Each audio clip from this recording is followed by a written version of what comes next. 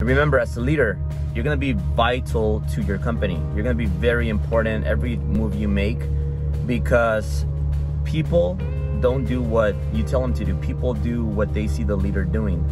So think about it like this. In personal life, you're a father, you're a mother, your kids are going to see what they see you doing, not what you tell them to do. In business, think about everybody that you employ. They're like your kids. They're not gonna do what you tell them to do. They're gonna do what they see the leader doing.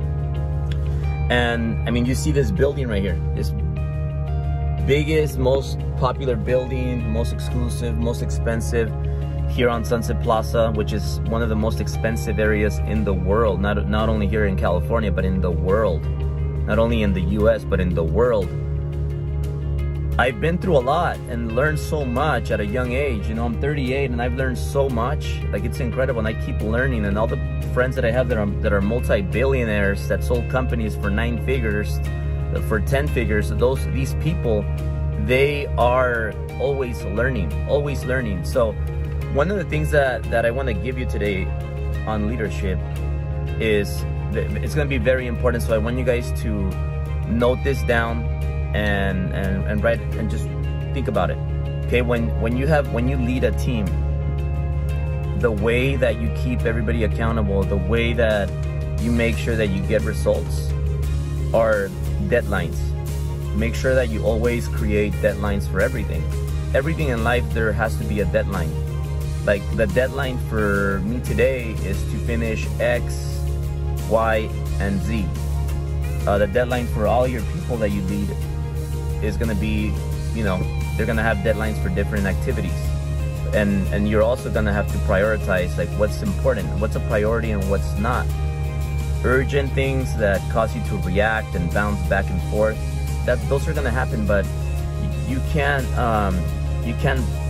put away your important things. So create deadlines for everybody, and that's going to take away all the emotion. So for example, let's say you have an assistant or somebody working a certain position. You're not going to tell them, hey, you're too slow, because that's emotional. You know, that's going to bring out emotions, and that's going to bring in a whole different extra problems that you don't want to have.